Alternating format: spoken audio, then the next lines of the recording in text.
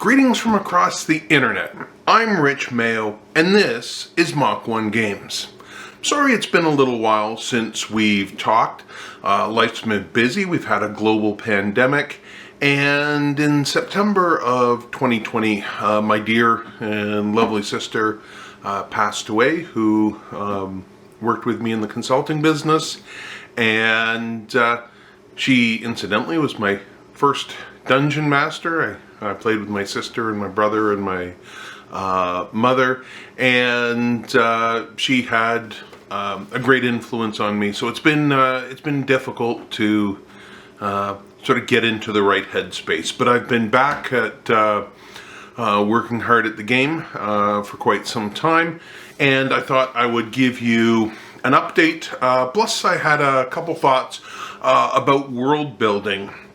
As I've been going through the process of setting up the 3 overlapping settings for the Mach 1 game engine, and I just wanted to talk about the process that I go through, and that process may be helpful for you, because I see there's lots of advice out there on the internet about how to build a world.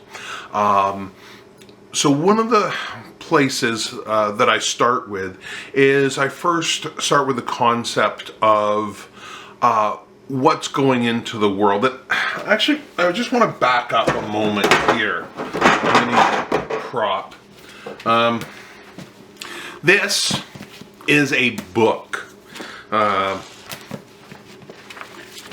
And a book and a campaign are different things. And in order for me to explain why that's important, is you'll notice that a book has a front cover and a back cover. And through the pages, you expect the author to have crafted a point, a beginning, a middle, and an end. And although characters may come and go through the book, you expect that a point is made throughout the chapter. So if the first half of the book is entirely separate from the second half of the book, it's going to leave the reader confused and probably angry. It's not going to make a good book. When you're preparing for a role-playing session, you don't know if the character's story is going to be this long or enough to fill all the bookshelves behind me. And this is a really important point. And I know it sounds like facetious, and I used a silly prop, sort of impromptu. I'm not scripting these. I just want to, say hello and talk to you guys. The point of a book is that the writer has a concept of what's going to happen, and then through the book they explore these concepts, and they have a chance to refine each and every step along the way. In a role-playing campaign, we're not creating a book, but I see a lot of advice that is actually advice for writing a book, not preparing a role-playing campaign. So the first thing when I talk about tone and story is you need to understand the players that you're going to insert into this world. If the people who are going to be playing in this world are the type who like to tear things down, they are subversive, they are a little bit self-centered, then you're going to want to create a world that is going to provide a useful foil to their tendencies. If they're going to play staunch heroes who act from a moral point of view, then you can give them a corrupt and dangerous world in which to put their characters. But the biggest mistake that I see people make is they know that their players want to cause havoc, and they then mirror that and give them a world of chaos and corruption, and that takes away from the contrast, the light and the dark. You actually want to give your stories the most breadth, and I say stories, I mean your game experience. You want to give it as much breadth as you can at the beginning. So what you do is you're going to choose something of a high contrast ratio to the players. So that's the first thing you've got to sort of set in your head. So once you've set into your head what the general structure of the politics will be, and even if you're not playing in a particularly political campaign, you have to understand the scope. Then you're going to start to pare down to what type of magic do I want in my system? Do I want the cornucopia style of D&D? Do I want something that's that has a magic system, that has a set of rules under which we can operate? And then you start to refine and refine. The next step that I find is important is then to do the geographic feature of the place. And one of the tools that I like is a program called World Machine. And what it allows you to do is you can build an area with a 3D projection, and you base it on certain constraints, and then you can make a 3D projection. I'm going to back up because we're going to want to use Earth Sculptor first. So what my process is I imagine an area, and for the Mach 1 game context, I'm not spoiling anything by saying that the entire source material for all three systems is just taking place on a plateau that is the last refuge of humanity in a strange and unknown world. Why is it a strange and unknown world? Because there's going to be creators and people who come in afterwards who make the world around them. I want to give you a starting point, but I want to give you the freedom to make the world that you want.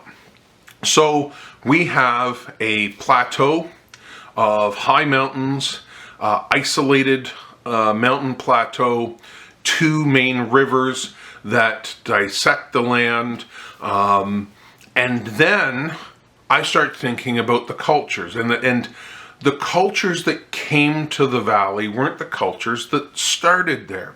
So then I build it up in 2 steps, and you don't need to do like every single year over year, but what I do is I imagine the place and I look at the geography and I imagine what I want this place to be 2,000 years ago. Far enough back, or 1,000 years ago, I think is how I built this one. Go back 1,000 years, what cultures were there, and what did this place look like? With World Machine, you're able to be in a place and see a view so that you've got a sense of the 3D terrain. Imagine how trade will flow. Imagine where the political divisions will be. Imagine what type of wars would wage. So then you sort of draw out your maps from these perspectives for this is what things look like 1,000 years ago. Then you can draw out, well, now what do things look like today? And looking back, what's been preserved, what's been lost, what are the dynamics of the day? But remember, and this is so important, the players haven't come to tell your backstories. They have their own backstories. So you're not looking, you are the game moderator. And moderator means that you want to push your setting into the background and move the character's story into the middle.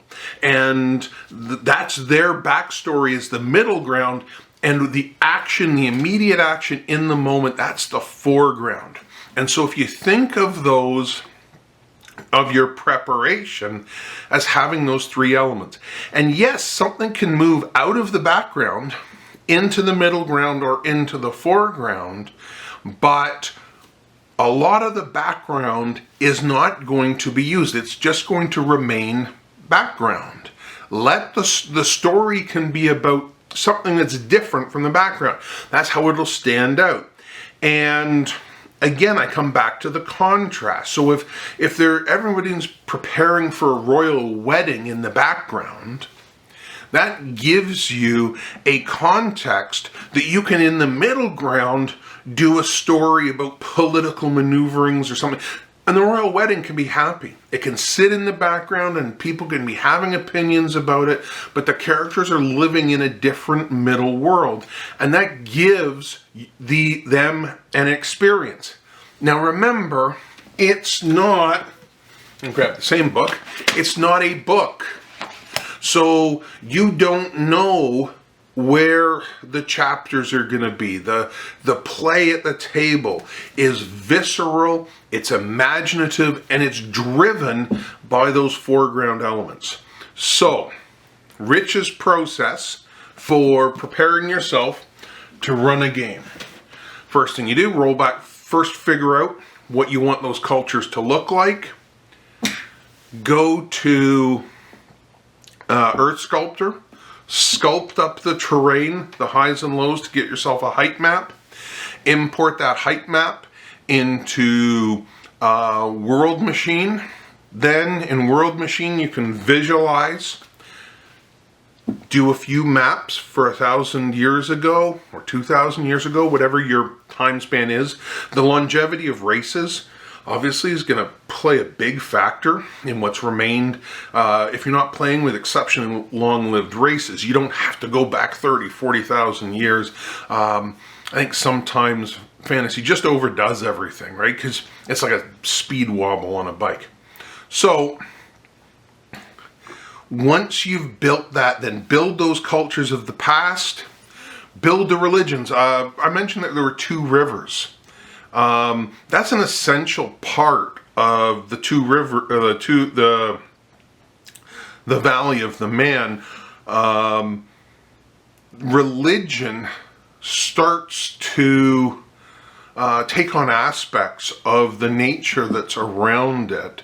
So in the mythology or the religion of these people, the Malaysian people and the Dambrians, you have one of the faiths is a dualistic faith, like Zoroastrianism.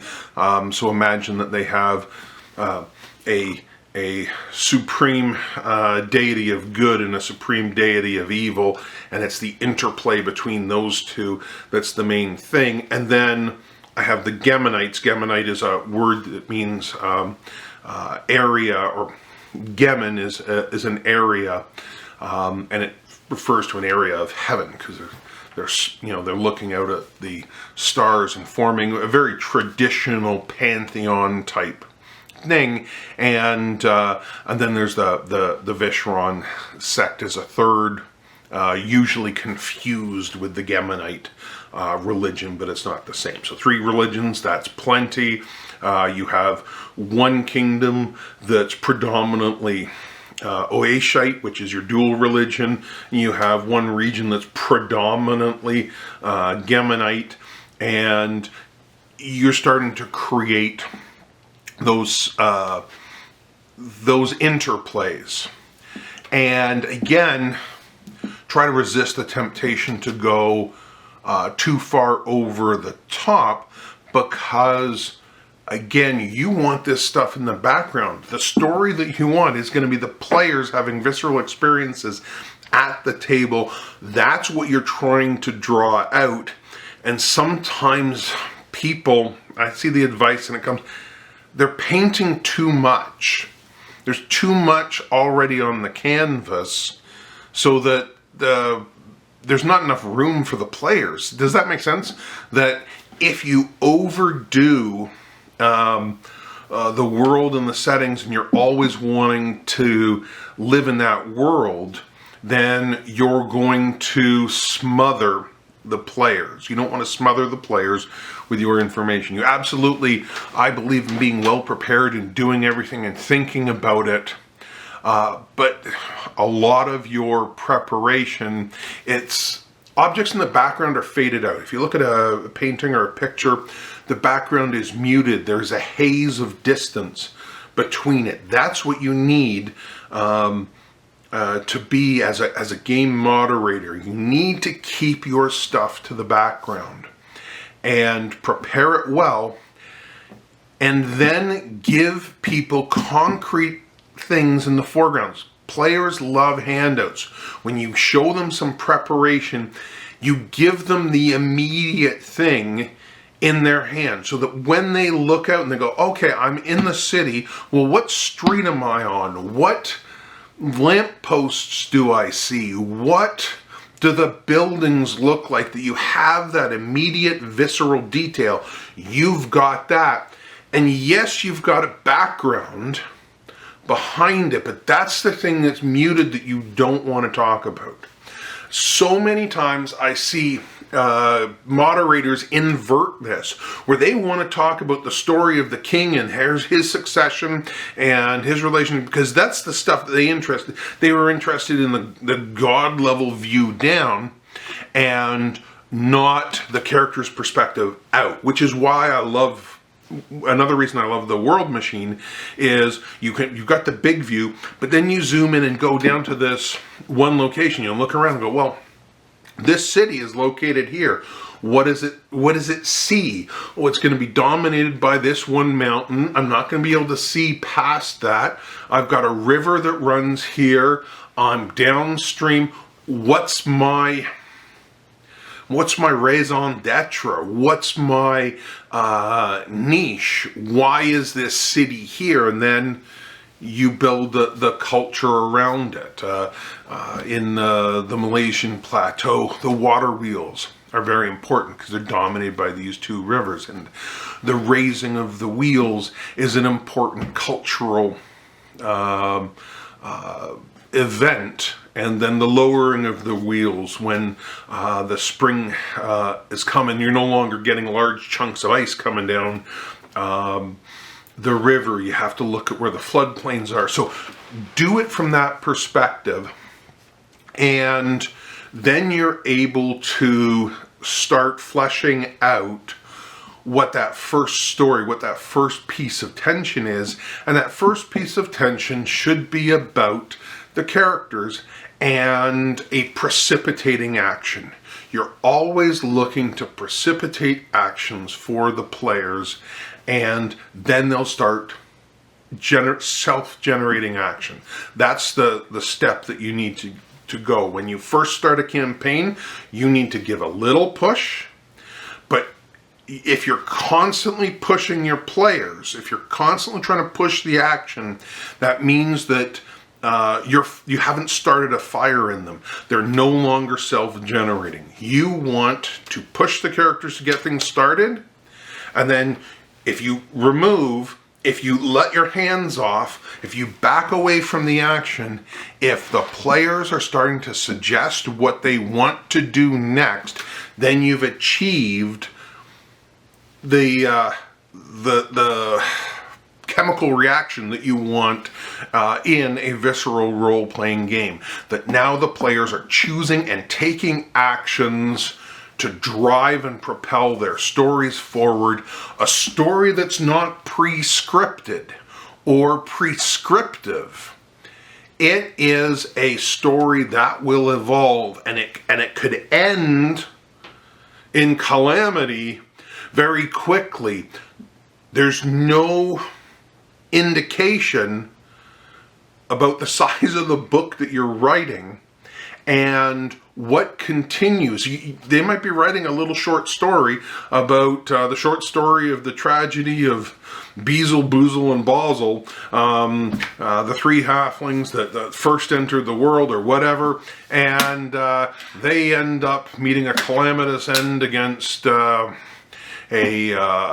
troll, and that story ends, and then the next characters they play in this same world, because you've done all this preparation, they come in, and then maybe there's something that's tangential to that story of those three people, or there's some overlap, or there's some resonances that carry forward, and you're starting to write a second book. So you can see how we don't have the same kind of control and structure that you do in a book. So that's my advice for world building. I just saw it on a post. Somebody was getting into it, and I saw all kinds of advice, and it seemed to me to miss the point that you can do the preparation, but then get things into the immediate, do the foreground, do the detailed map of this is where I'm starting, this is what the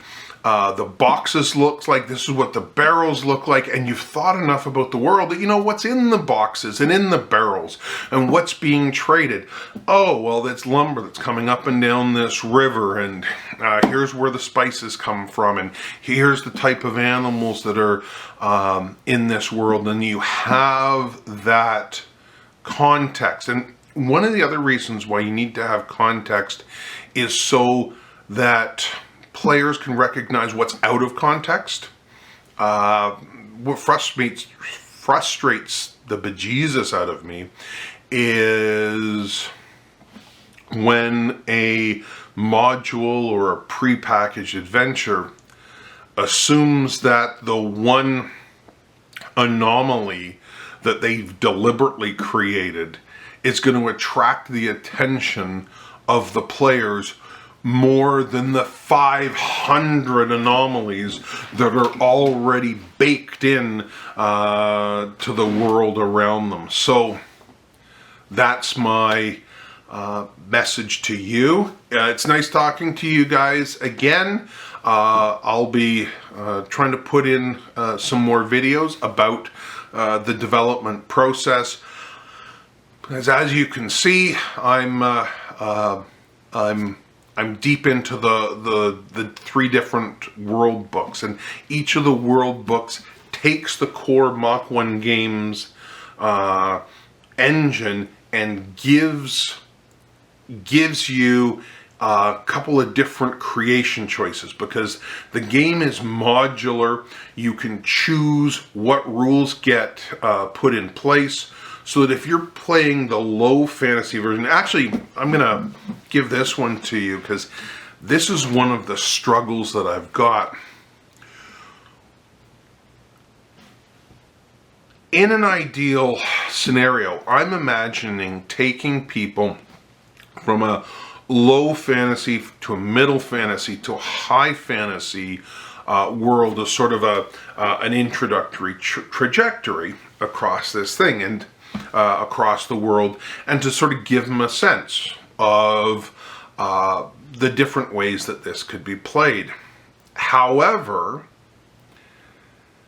that doesn't work well with the rule sets, because the more fantastic elements that you have in a game, the less detail you want in the mundane world, the less important the mechanical advantage of a 3-foot versus a 6-foot or a 5-foot weapon is interesting when people are, forgive the term, because fireball, right? Because suddenly the magic is more important. It's taking over that space of detail. We don't want to make as fine a measurement because we're making more fantastic measurements, so you want to handle that scope better.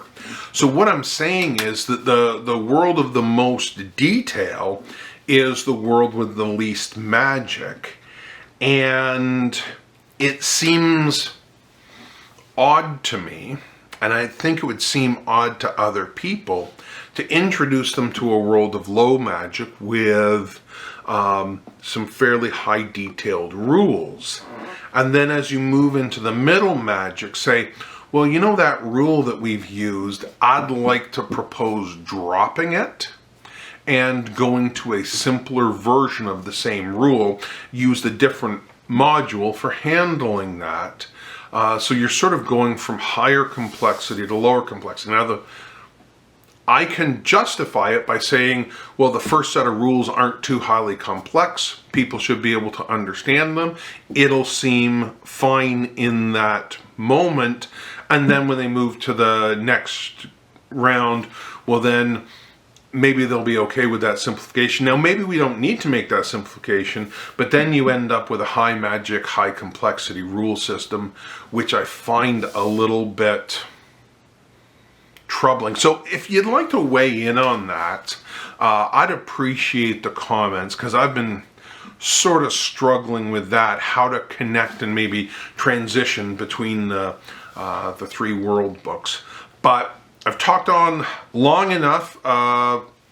It's nice to be back, and I think I'm going to try and put up a video a week. I still want to keep my focus mainly on doing the development of the actual game, and I also have a business to run as well, so don't want to lose sight on day-to-day priorities as well. Thank you very much for watching. If you actually are new to the channel, maybe check out some of the other videos, and please subscribe if this is of help to you. I'd like to think that even if you're not going to be somebody who wants to take a foray into Mach 1 games and pick up beyond the role-playing game, that there's some generic role-playing advice that you'd find helpful. Have a wonderful day. Stay safe out there. Thank you. Bye-bye.